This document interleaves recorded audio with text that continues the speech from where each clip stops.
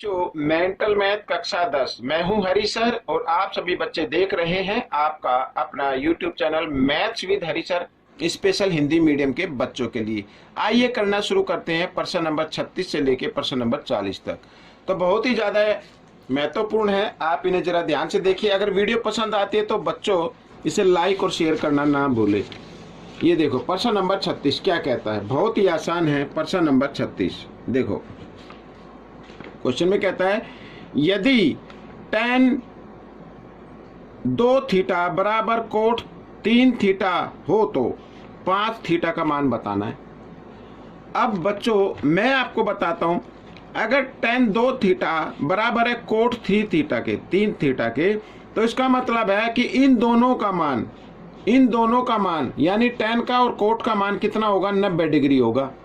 इन दोनों को अगर हम जमा कर दे तो 90 डिग्री के बराबर आना चाहिए, तभी ये बराबर होता है। ये चीज़ याद रखना आपको। आइए करना शुरू करते हैं। तो देखते हैं, इन थीटा को अगर हम प्लस करते हैं तो 90 डिग्री के बराबर आना चाहिए मान। ये इस तरीके से करना है आपको, ठीक है। एक बार फिर मैं आपको बताता हूँ, अगर tan 2 थीटा बराबर कोट 3 थीटा दिया हुआ है तो इसका मतलब ये दोनों बराबर हैं, तो इसका मतलब इन दोनों थीटाओं का मान कितना होगा, 90 डिग्री होगा, ठीक है। तो 2 थीटा और 3 थीटा कितना हो गई, 5 थीटा। 5 थीटा का मान कितना आ गया, 90 डिग्री। यही तो ज्ञात करना था, हो गया। प्रश्न नंबर 37। प्रश्न नंबर 37 क्या कहता है, देखो इधर लिखा tan थीटा, ठीक है। tan थीटा लिख लेते हैं और इसको साइन बटे कोस थीटा में चेंज कर लो। tan थीटा इक्वल होता है साइन थीटा बटे कोस थीटा, ठीक है, इंटू। अब इसमें से अब इधर देखो साइन थीटा माइनस या घटा का आप बोल सकते साइन की पावर 3 थीटा और बटे में कोस थीटा घटा कोस की पावर 3 थीटा दिया हुआ है। तो हम क्या करेंगे, ऊपर वाले में से साइन कॉमन ले लीजिए, ये बेनिस्ट हमने ले लिया, और नीचे से कोस थीटा भी आपको ले लेना है इस तरीके से। यहाँ पे ब्रैकेट बनाइए, क्या बचा 1 माइनस, और यहाँ पर क्या बचा, साइन स्क्वायर थीटा बचा बच्चों इधर, ठीक है। और इधर क्या बचा, 1 बचा, क्योंकि कोस तो आ गया ना बाहर, तो माइन घटा का निशान, और यहाँ पर कोस की पावर 2 थीटा ये बच गया, ठीक है। आइए कर लेते हैं आगे। अब देखो बच्चों इधर साइन थीटा, ठीक है, साइन को साइन से भाग कर दो तो साइन वर्ग आ जाएगा थीटा, और नीचे भी कोस को कोस से गुणा कर दो, तो क्योंकि गुणा के रूप में ही है तो इस तरीके से आ जाएगा, और इधर भी गुणा ही है। तो 1 घटा साइन स्क्वायर थीटा इक्वल होता है कोस स्क्वायर थीटा के बच्चों, ठीक है।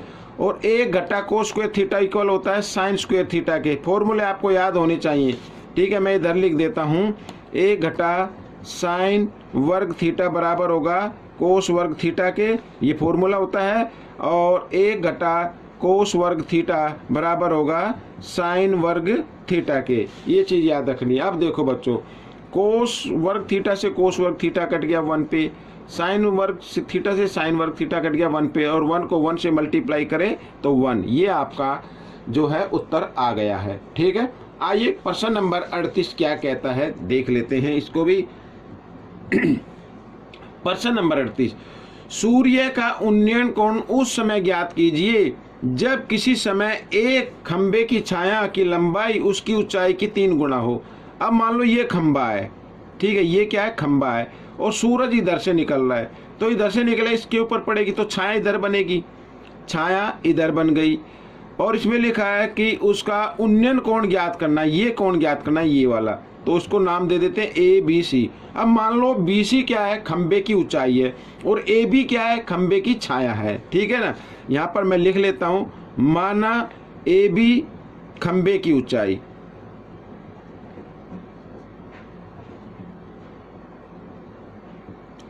ठीक है ना बच्चों, ये ऊंचाई आ गई। और सॉरी, AB खंबे की छाया है, ये तो छाया लिख देते हैं, छाया।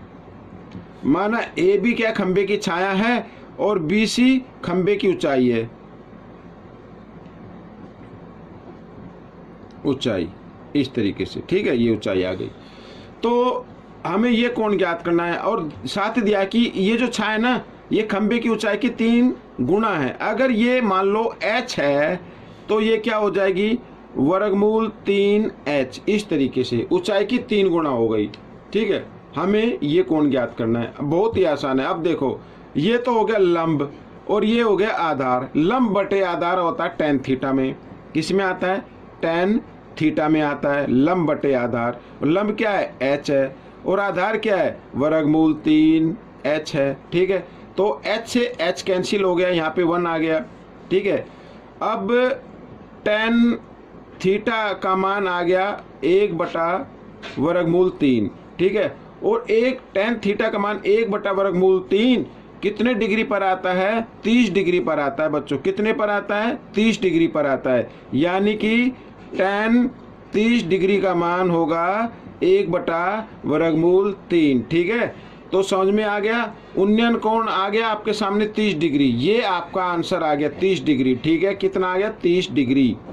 ये आपका उत्तर बनेगा बच्चों। आइए करते हैं प्रश्न नंबर 39। तो प्रश्न नंबर 39 क्या कहता है, ये रहा आपके सामने, बहुत ही आसान है ये भी। देखो, एक दीवार के साथ एक सीढ़ी को इस तरह से रखा गया है कि यह जमीन के साथ 30 डिग्री का कोण बनाती है। ये मान लो ये है दीवार, ठीक है, और सीढ़ी तो ऐसे ही लगेगी, लकड़ी की सीढ़ी आपने देखी होगी, इस तरीके से लगेगी, और यहाँ पर दीवार जमीन के साथ 30 डिग्री का कोण बनाती है। ये बना दिया, इसको नाम ले लेते ABC। ठीक है ना। अब इसमें AB जो है वो दीवार है, दीवार की ऊंचाई, और AC क्या है, सीढ़ी। ठीक है ना, सीढ़ी की लंबाई आ गई। आगे देखो, यदि जमीन से इसका शीर्ष 10 मीटर ऊंचाई पर हो, यानी ये सीढ़ी है, इसका शीर्ष जो है जमीन से 10 मीटर ऊंचाई पर है, तो ये यानी कि दीवार की ऊंचाई आ गई 10 मीटर। ठीक है, 10 मीटर की ऊंचाई पर ये सीढ़ी लगी है। तो सीढ़ी की दीवार और पात के बीच की दूरी ज्ञात कीजिए, यानी ये आधार, इनके जो बेस है ना, इनके बीच की दूरी ज्ञात करनी है। बहुत ही आसान है ये भी। ठीक है, अब देखो, लंब की दी हुई है, आधार की ज्ञात करनी है। तो लंब बटे आधार किस में आता है, tan थीटा में आता है। तो यहाँ पर मैं लिख देता हूँ tan थीटा होता है लंब तो है AB, आधार है BC, लंब बटे आधार। ठीक है, लेकिन यहाँ पर साथ ही दिया हुआ है tan 30 डिग्री, tan 30 डिग्री। ठीक है, तो बच्चों अब देखो AB कितनी है, 10, तो यहाँ पर 10 लिखेंगे, और BC तो हमें ज्ञात करनी है। अब आगे tan 30 डिग्री पर मान जो होता है tan 30 डिग्री का वो लिखना है। तो tan 30 डिग्री का मान होता है 1/√3 और 10/BC। इस तरीके से क्रॉस में गुणा कर देते हैं। BC को 1 के साथ किया, BC आ जाएगा, और tan को √3 के साथ गुणा करेंगे तो tan √3 आ गया बच्चों। ये आपके बीच की दूरी आ गई। ठीक है ना, BC, यानी BC की यहाँ पर ये लंबाई आ गई। ये आपका उत्तर निकल गया। तो ये रहा प्रश्न नंबर 40। क्या कहता है, आइए देख लेते हैं। बहुत ही आसान है प्रश्न नंबर 40। देखो, 2 पोस्ट के बीच की दूरी k मीटर है और एक की ऊंचाई दूसरी से दुगनी है। यदि उनके पात से जुड़ने वाली रेखा के मध्य बिंदु से एक पर्यवेक्षक को पोस्ट के शीर्ष का कोणीय माप पूरक लगता है तो छोटे पोस्ट की ऊंचाई मीटर में ज्ञात करनी है। बहुत ही आसान है। देखो, ये हो गया छोटा पोस्ट और ये हो गया बड़ा पोस्ट। ठीक है, और इनके बीच की दूरी क्या है, k है। ये मान लो ये AB है, AB, तो इनके बीच की दूरी क्या है, k। अब इसके मध्य बिंदु मान लो C है, इसका मध्य बिंदु, तो इसके मध्य बिंदु, तो अब AB तो है k, तो मध्य बिंदु हो गया, तो AC कितनी हो गई, तो k का हाफ हो गई, यानी k/2। इधर भी BC क्या हो जाएगी, k/2 हो जाएगी, और ये C और ये D। इस तरीके से अब यहाँ से एक पर्यवेक्षक को लगता है कि इसके जो शीर्ष है ना मध्य बिंदु से, वो क्या है, पूरक लगते हैं। पूरक का मतलब कि दो कोणों का योग 90 डिग्री। अगर ये कोण थीटा डिग्री का है तो दूसरा क्या होगा, 90 डिग्री घटा थीटा, ये होगा। और साथ में लिखा है यदि एक पोस्ट दूसरे पोस्ट से कितना दुगना है ऊंचाई, भाई ये तो छोटा है, अगर ये h का है तो ये कितना होगा, 2h का होगा।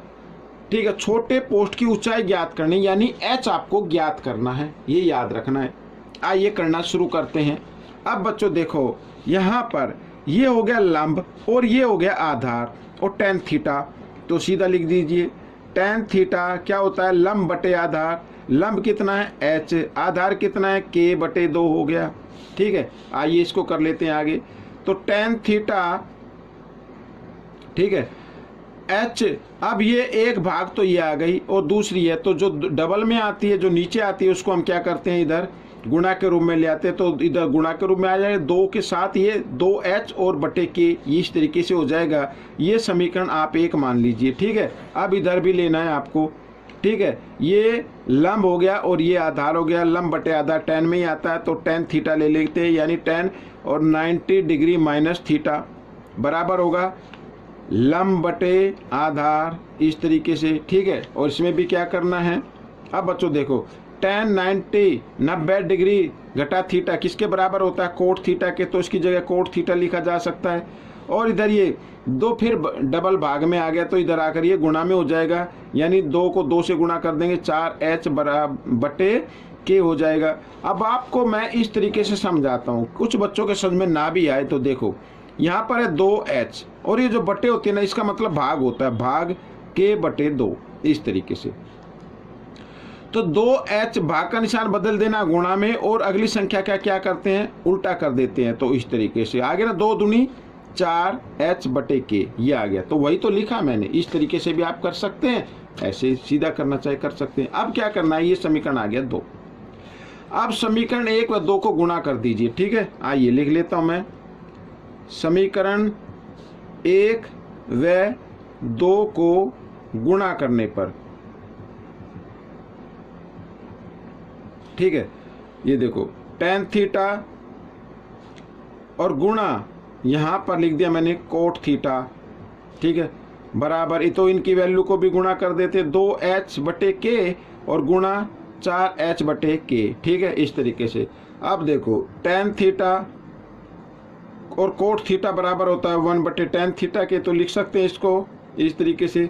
और 2 चौक 8, h को h से क्या, h की घात 2 हो गई, और k को k से गुणा करेंगे तो k की घात 2 हो जाएगी। tan से tan कट गया। ठीक है, हमें क्या निकालना है, h निकालना। तो देखो इधर क्या करना है, अब ये k, इधर k की घात 2 इधर भाग में, इधर ले आएंगे गुणा में आ जाएगा। तो हम इसको लिख सकते हैं इस तरीके से, 8 h की घात 2 बराबर k की घात 2 लिख सकते हैं इस तरीके से। भाई ये इधर आ गया ना, इधर लिख सकते हैं। अब देखो क्या करना है, 8 इधर गुणा में, इधर आकर भाग में आ जाएगा। ये मैंने कर दिया भाग, इस तरीके से। आगे बहुत ही आसान है, इधर कर लेता हूं मैं। ठीक है, तो अब ये वर्ग है, इधर लेके आना, वर्गमूल में बदल देना इसको। तो h बराबर k की घात 2, इधर भी इस पे वर्गमूल लगा दीजिए और 8 पे भी वर्गमूल लगा दीजिए। ये इधर आकर ये वर्ग है, इधर आकर ये वर्गमूल हो जाएगा, यानी पूरे के वर्गमूल में आ जाएगा। तो पूरे का वर्गमूल है k का भी और 8 का भी। तो 2 से वर्ग का मूल का निशान कट गया। ठीक है, और नीचे ये आ गया, ऊपर तो रहा k, और 8 का वर्गमूल जब हम निकालेंगे, गुणनखंड करेंगे इस तरीके से। देखो 2 चौक 8, 2 दूनी 4, 2 एकम 2। तो यहाँ पर बच्चों देखो, तो इसका जोड़ा बन गया। तो जिसका जोड़ा बनता है उनमें से एक संख्या ले लेते हैं, जिसका जोड़ा नहीं बनता उसको वर्गमूल के निशान के अंदर रहने देते। तो ये आपकी ऊंचाई आ गई बच्चों मीटर में। ठीक है, तो ये प्रश्न आपका हल हो गया। आपको ये प्रश्न कैसा लगा मुझे जरूर बताएं। इसमें से सीखकर दूसरे बच्चों को जरूर सिखाना। मिलेंगे अगले भाग में, तब तक के लिए धन्यवाद।